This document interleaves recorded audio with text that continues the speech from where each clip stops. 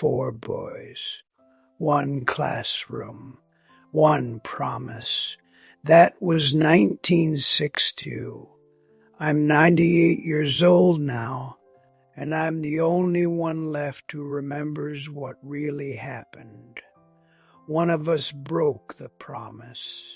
One of us paid with his life, and the other two. They became strangers.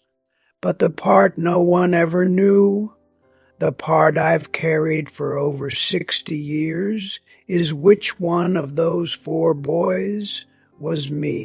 My name is Mark. I spent nearly 70 years as a teacher.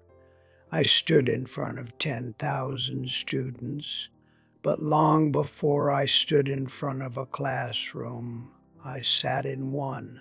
And there were only three faces from those days I could never erase from my mind. And this is the story I never told anyone. Millbrook, Ohio, fall of 1962. A town so small everyone knew your name before you were even born. The kind of place where you walked to school on dirt roads. Your mother packed you a sandwich wrapped in wax paper, and your biggest worry was whether you'd make the baseball team. Lincoln High had 300 students, not 3,000, 300. And in that building, on the second floor at the far end of the hallway, was room 4B. That's where it all started. That's where four boys sat in the same row, near the window, close enough to pass notes without getting caught. Tommy Rousseau, loud, reckless, the kind of kid who talked back to teachers but made the whole room laugh. He had this way of walking into a room like he owned it. His father worked at the steel mill. They had nothing. But Tommy acted like he had the whole world. Eddie Walsh, quiet, thin, always carrying a book. Eddie never raised his hand in class, but when he spoke, even the teachers stopped to listen. His mother cleaned houses for rich families on the other side of town. He wore the same two shirts all year. Danny Callahan, the athlete, fastest runner in school. Girls liked Danny. Boys wanted to be Danny. He had this grin, wide and warm, like nothing bad could ever touch him. His father was a mechanic, and Danny could take apart an engine before he could finish a history essay. And then there was the fourth boy, the one no one paid much attention to, the one who watched everything, said little, and wrote it all down in a notebook. But I'll get to him later. Room 4B was chaos. Beautiful, stupid, unforgettable chaos. Tommy once brought a frog into class and set it loose during a math test. The girls screamed. The teacher, Mr. Harding, turned red as a tomato. We got detention for a week, worth every second. Eddie helped all three of us pass English. Without him, none of us would have graduated. He'd sit at Tommy's kitchen table on Sunday evenings, going over essays, fixing grammar, never once making you feel dumb for not knowing something. Danny was the glue. Whenever Tommy and Eddie argued, and they argued plenty, Danny would crack a joke, throw his arm around both of them, and say his favorite line, "We're brothers, not by blood, by something better." After school, the four of us would ride our bikes to Harper's Creek, about 2 miles outside town. We'd sit on the rocks, skip stones, talk about everything and nothing, what we'd do after high school. where we'd go, who we'd become. Tommy wanted to open a garage. Danny wanted to play professional baseball. Eddie wanted to teach. And the fourth boy, he just wanted to make sure they all stayed together. That creek was our church. That row in 4B was our home. And those years, 1962, 63, 64, were the greatest years of my life. Not because anything extraordinary happened, but because I didn't know yet that it would all end. June 1964, last day of school. We sat at Harper's Creek one final time. Tommy had a bottle of root beer he'd stolen from his dad's cooler. Danny had a pocket knife. Eddie had an idea. He said we should make a pact right here, right now. No matter what happens, no matter where life takes us, we take care of each other. If one of us falls, the other three pick him up. If one of us has nothing, the other three give what they can. Forever. Not just today. Forever. Tommy laughed. That's easy.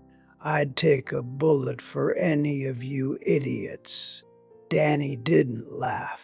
He took the knife, carved a small cross into the bark of the oak tree, and said, "Swear on it." So we did, one by one. 4 hands on that tree. 4 boys who believed a promise made at 17 could last a lifetime. 2 of them were wrong. After graduation, life did what life does. It separated us.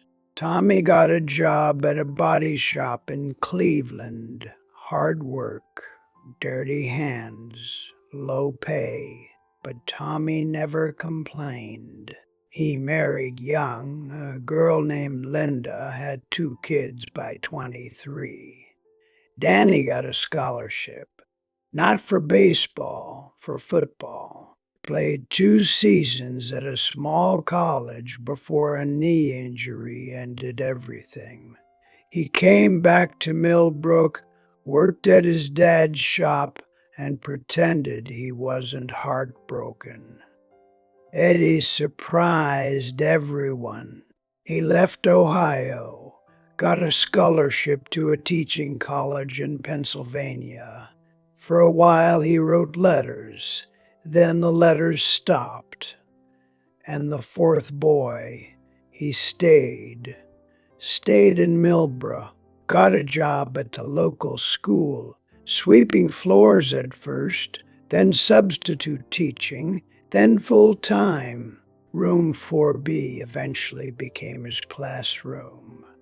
The 4 boys who swore they'd be brothers forever were now scattered. Different towns, different lives, different versions of who they thought they'd be. But they still had the promise, and for a while, that was enough. November 9th, 1969. I can tell you the exact date because some dates burn into your skull and never leave. Tommy called Danny that night. He'd been drinking. Not a lot, but enough. He wanted Danny to drive him home from a bar outside of town. Danny said no. He was tired. His wife was pregnant. He told Tommy to call a cab. Tommy called Eddie next. Eddie was in Pennsylvania, 400 miles away. He said he'd try to find someone. He didn't. Tommy got in his car, an old '57 Chevy he'd fixed up himself. The roads were wet. Route 9 had that curve near the Miller farm. Everyone in Millbrook knew about that curve. He didn't make it. The call came at 2:14 in the morning. I remember standing in my kitchen holding the phone and hearing Danny's voice shaking like I'd never heard before. "Tommy's gone, man. Tommy's gone." I drove to the hospital. Danny was already there, sitting in the hallway, hands covered in nothing, but he kept staring at them like they were. Eddie arrived the next morning, red eyes, no words. We stood outside that hospital, three boys who used to skip stones at a creek, and one of us was under a white sheet on the third floor. Tommy Russo was 24 years old. He left behind a wife, two babies, and a sister who had no one else in the world. The funeral was small. Tommy didn't have much, so there wasn't much to give. But his sister, Marie, was alone. 20 years old, no parents, no money, no future. Danny and I remembered the promise. We took care of her. Danny fixed up a small rental house his father owned. Let Marie live there rent-free. I helped pay for her groceries and found her a job at the school cafeteria. When Marie got engaged 2 years later, Danny and I split the cost of her wedding. A small ceremony, 40 people. She cried and told us Tommy would have been proud. Eddie sent a check, $50. No letter, no phone call, just a check. Danny stared at that check for a long time. Then he said something he never took back. Eddie doesn't care. He never did. He made up that stupid promise so he could feel good about leaving. I defended Eddie. I said he was far away. I said distance is hard. Danny looked at me and said, "Distance doesn't erase a brother, only choice does." After that, Danny stopped saying Eddie's name. A wall went up, the kind you don't see being built until it's already too high to climb. And then it happened between Danny and me too. 1973. Danny's shop went under. He asked me for a loan, not a gift, a loan. I wanted to help, but I'd just bought my first house. I had nothing extra. I said no. I told him I was sorry. I told him I'd help however I could. Danny hung up the phone. He didn't yell. He didn't curse. He just stopped calling. 4 boys became 3. 3 became 2. 2 became none. I taught in room 4B for 46 years. Every September, new faces sat in those same seats. And every September, I'd look at the row near the window and see 4 boys who weren't there anymore. I heard through old friends that Danny moved to Michigan, opened a small repair shop, did okay, never got rich, never called. Eddie became a professor somewhere in New England, published papers, won awards, never came back to Millbrook, not once. And me, I kept teaching. I kept the photograph, the one from graduation day. 4 boys, arms around each other, squinting into the sun. I kept it in my desk drawer for almost 5 decades. Some days I'd open the drawer just to look at it. Most days I didn't, because looking at it meant remembering, and remembering meant asking myself a question I still don't have the answer to. Could I have done more? People ask me, Mark, you taught for 70 years. What's the most important lesson you ever learned? And I always say the same thing. I didn't learn it from a textbook. I learned it in room 4B from three boys who were my whole world. Tommy taught me that life doesn't wait for you to be ready.